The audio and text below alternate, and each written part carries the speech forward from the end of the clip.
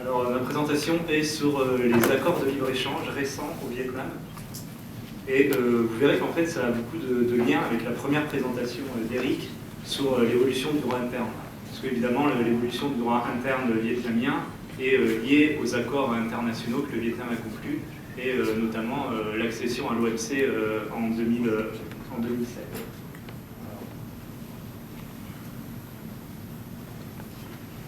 Voilà, donc je vais vous parler plus précisément de 3 accords internationaux récents qui ont été soit signés, soit sont entrés en vigueur et dont le Vietnam est partie. Et donc c'est un thème qui est d'actualité aujourd'hui au Vietnam. Donc ces 3 accords, pour vous les donner, il y a d'abord les accords qui ont été conclus par les pays membres de l'ASEAN, donc les 10 pays membres de l'ASEAN. Et les pays membres de l'ASEAN, vous le savez sans doute si vous avez étudié au Vietnam, ont décidé de conclure une communauté économique de l'ASEAN, un peu sur le modèle de la communauté économique européenne. Et donc ils s'étaient mis d'accord sur un certain nombre de dispositions, et ces dispositions entraient en vigueur au 31 décembre 2015. Donc voilà, c'est assez récent. Et l'ASEAN, vous savez, c'est une organisation internationale, et en fait c'est une organisation internationale qui a quand même un poids important, ne serait-ce qu'en termes de démographie, c'est plus de 600 millions de personnes. Alors que l'Europe, nous en Europe, on est 28 donc aujourd'hui, et je crois qu'on est un peu plus de 500 millions. Donc ça a quand même un point important si vous voulez l'ASEAN. Donc voilà, il y a ces premiers accords qui sont entrés, qui ont été mis en place, mis en œuvre au 31 décembre 2015. On a aussi évidemment le TPP, l'accord transpacifique, qui est conclu entre un certain nombre de pays. Voilà, c'est un peu étonnant parce qu'il y a des pays d'Amérique latine, des pays d'Amérique du Nord, il y a l'Australie, la Nouvelle-Zélande, et il y a des pays d'Asie également, dont le Vietnam. Donc ça, c'est un accord de libre-échange important qui a été signé en février 2016. Donc signature, il faut encore la procédure de ratification avant qu'il entre en vigueur. Ça veut dire que c'est un traité qui entrera en vigueur, j'imagine, dans plusieurs années, hein, pas tout de suite. Et puis un dernier accord que le Vietnam a signé, c'est évidemment l'accord de libre-échange avec l'Union européenne. Donc cet accord de libre-échange avec l'Union européenne a fait l'objet de 2 ans de négociations et son statut est un peu particulier. On a les 2 parties, donc l'Union européenne et le Vietnam, sont arrivés à un accord politique à l'été, en août 2015. Donc accord politique, en fait, ça veut dire qu'ils se sont mis d'accord sur le texte, sur les dispositions de fond. Donc il y a encore un travail formel à réaliser, mais en tous les cas, ils se sont mis d'accord sur le fond, et notamment le texte des négociations a été rendu public. Donc on a déjà accès au texte, même si, à ma connaissance, il n'y a pas eu encore de signature officielle du texte. Voilà, donc c'est ces 3 accords de libre-échange. Donc qu'est-ce que prévoient ces accords? Alors ces accords, en fait, prévoient beaucoup de choses. Ils ont un champ d'application qui est vraiment très large. Donc par exemple, ils vont parler des marchés publics, des droits de propriété intellectuelle, de beaucoup de choses, mais le cœur vraiment de ces accords, c'est les 3 volets qu'on retrouve dans tous les accords de libre-échange. D'abord le commerce de marchandises, ensuite les services, et puis l'investissement. Donc commerce de marchandises, là très clairement, ça veut dire qu'on va s'attaquer aux droits de douane, aux quotas, aux barrières non tarifaires. Donc voilà, le Vietnam va dire pour les marchandises qui viennent de l'Union européenne, je m'engage à appliquer un taux 0, à ne pas appliquer de quotas, ce genre de choses. Ensuite, on a le deuxième volet qui est très important également, c'est sur les services. Et là, sur les services, en fait, ce qu'il faut comprendre, c'est que c'est une question d'accès au marché. La notion centrale, c'est vraiment l'accès au marché. Ça veut dire que c'est les conditions dans lesquelles les investisseurs étrangers vont pouvoir venir dans le pays et y mener une activité économique. Donc typiquement, on va dire, d'accord, j'admets les investisseurs étrangers, ils pourront créer une société, mais cette société sera en partenariat avec un partenaire local, et la participation étrangère sera limitée à 51%, 65%, ce genre de conditions. Et puis dernièrement, il y a le 3e volet, c'est sur les investissements. Là aussi, c'est un volet qu'on retrouve dans tous ces accords de libre-échange et qui concerne plutôt la protection des investissements, notamment avec ce qu'on appelle la clause, un mode de résolution des litiges, qui est un arbitrage investisseur-État, qui en ce moment fait couler beaucoup d'encre et qui est assez critiqué si vous suivez un peu ce type de débat.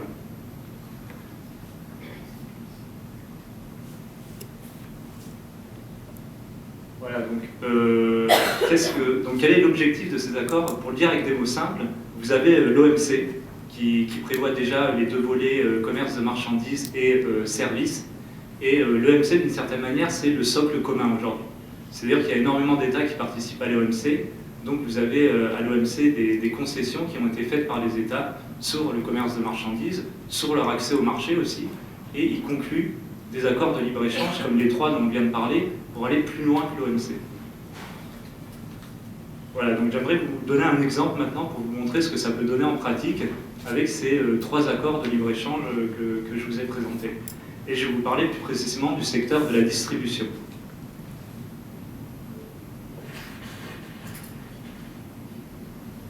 Le secteur de la distribution, traditionnellement, c'est un secteur qui est assez sensible, c'est-à-dire que les États vont rechigner un peu plus que dans d'autres secteurs pour ouvrir leur marché et accepter les investissements étrangers. Donc au niveau de l'accès au marché, généralement, les États vont chercher à restreindre ce secteur et ne vont pas l'ouvrir complètement tout de suite. Alors au Vietnam, comment ça s'est passé? Le premier temps du raisonnement, si vous voulez, c'est l'accession à l'OMC. Donc là, vous avez le Vietnam qui accède à l'OMC en 2007. Et en 2007, le Vietnam prévoit un certain nombre de restrictions. Il dit, d'accord, les investisseurs étrangers peuvent venir au Vietnam sur mon marché, ils peuvent créer une filiale, mais en revanche, je vais poser certaines restrictions. Le premier volet de restrictions, c'est les restrictions qui sont temporaires. C'est-à-dire que le Vietnam les prévoit pour un certain nombre d'années. Donc au départ, vous avez de 2007 à janvier 2008, le Vietnam accepte les investissements étrangers, mais il limite la participation étrangère. On ne peut pas dépasser 49%. Ensuite, vous avez une deuxième phase de janvier 2008 à janvier 2009, où le Vietnam accepte les investissements étrangers, mais il faut toujours un partenaire vietnamien. Cette fois-ci, la participation étrangère n'est pas limitée. Et en janvier 2009, le Vietnam décide que c'est la limite, la date à partir de laquelle les investissements étrangers sont possibles dans le secteur de la distribution et les étrangers peuvent créer une filiale qui est détenue à 100%. Voilà, donc ça c'est des restrictions qui sont temporaires. Et puis le Vietnam se réserve une limite à l'OMC, qui est une restriction cette fois-ci qui n'est pas temporaire, qui n'est pas destinée à disparaître, c'est ce qu'on appelle le test ENT, Economic Need Test. Et on va voir un peu plus précisément ce que c'est. Voilà, donc ce test économique, c'est un test que les autorités vietnamiennes appliquent. Alors, elles les appliquent aux investisseurs étrangers uniquement. Donc, en droit vietnamien, si vous voulez, ce n'est pas applicable pour un investisseur domestique, pour une société vietnamienne. Mais en revanche, pour une société qui est détenue par des capitaux étrangers, c'est une condition supplémentaire qui va s'appliquer. Alors, quand vous êtes investisseur étranger, vous venez au Vietnam et vous pouvez créer une société à 100% de capitaux étrangers, selon les engagements OMC du Vietnam qu'on vient de voir. Mais si vous voulez ouvrir ce qu'on appelle un deuxième point de vente, c'est-à-dire en gros un deuxième supermarché, donc en fait vous voulez étendre votre activité, vous voulez procéder à une expansion de votre activité, vous allez devoir demander une licence particulière et cette licence particulière est liée au test ENT. C'est-à-dire que les autorités vietnamiennes vont vous demander de répondre aux exigences de ce test ENT. Donc, quel est l'objectif de ce test ENT? C'est que le nouveau projet de l'investisseur, le second projet, doit répondre à un certain nombre d'exigences. Donc c'est des exigences qui sont économiques. Par exemple, les autorités vont vérifier que si vous créez ce supermarché à cet endroit, il y a de réels besoins, que économiquement c'est quelque chose de pertinent et que ça correspond aux besoins du marché vietnamien. Et en réalité, vous comprenez bien que c'est une façon pour les autorités vietnamiennes de contrôler l'investissement étranger au Vietnam dans le secteur de la distribution. Et surtout, c'est une condition donc, supplémentaire qui s'applique aux investisseurs étrangers et donc qui fait qu'ils ne sont pas dans une situation de concurrence absolument parfaite avec des entreprises vietnamiennes. Donc plus concrètement, la procédure est assez lourde pour ce test ENT. Vous êtes donc un investisseur étranger, vous voulez ouvrir un nouveau magasin, vous devez déposer votre dossier à l'autorité locale, le comité populaire local. Le comité populaire local va étudier votre dossier, il va faire son étude, il va étudier l'étude économique que vous lui avez soumise, et il va faire part d'un certain nombre de commentaires. Donc il va donner en gros un avis positif ou négatif, et ensuite il va transmettre le dossier au ministère de l'Industrie et du Commerce. Et là, le ministère de l'Industrie et du Commerce, pareil, les experts au sein de ce ministère vont étudier le dossier et vont donner leur avis positif ou négatif. Et c'est une procédure qui peut durer en pratique entre 3 et 6 mois. Donc vous vous rendez bien compte que quand vous êtes investisseur étranger, c'est quand même un gros problème de concurrence par rapport aux investisseurs domestiques qui, eux, peuvent aller très rapidement quand ils décident d'ouvrir un nouveau magasin, un nouveau point de vente. Donc voilà, c'est une restriction qui est prévue par le Vietnam dans l'accord OMC. D'accord ?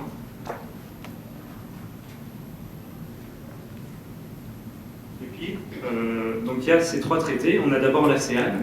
Dans l'ASEAN, les investisseurs originaires de l'ASEAN sont toujours soumis au test ENT. De ce point de vue-là, il n'y a pas de changement, il n'y a pas de préférence qui est donnée aux investisseurs ASEAN par rapport aux investisseurs de l'OMC. Et puis dans les 2 autres traités qui viennent d'être signés, donc le traité Union Européenne-Vietnam, là le Vietnam s'engage à abandonner le test ENT, mais il prévoit une période de transition de 5 ans. Donc c'est au bout d'une période de 5 ans à compter de l'entrée en vigueur de l'accord. Et puis pour le TPP, le Trans-Pacific Partnership, le Vietnam s'engage également à abandonner ce test ENT et il prévoit une période transitoire qui est de 8 ans. Voilà, donc sur ce test ENT, vous voyez comment les accords de libre-échange qui conclut le Vietnam vont pouvoir faciliter l'activité économique des investisseurs européens ou des investisseurs d'autres pays. De ce point de vue-là, je ne sais pas si vous êtes au courant, si vous suivez un peu la presse économique, vous pouvez savoir qu'il y a un investisseur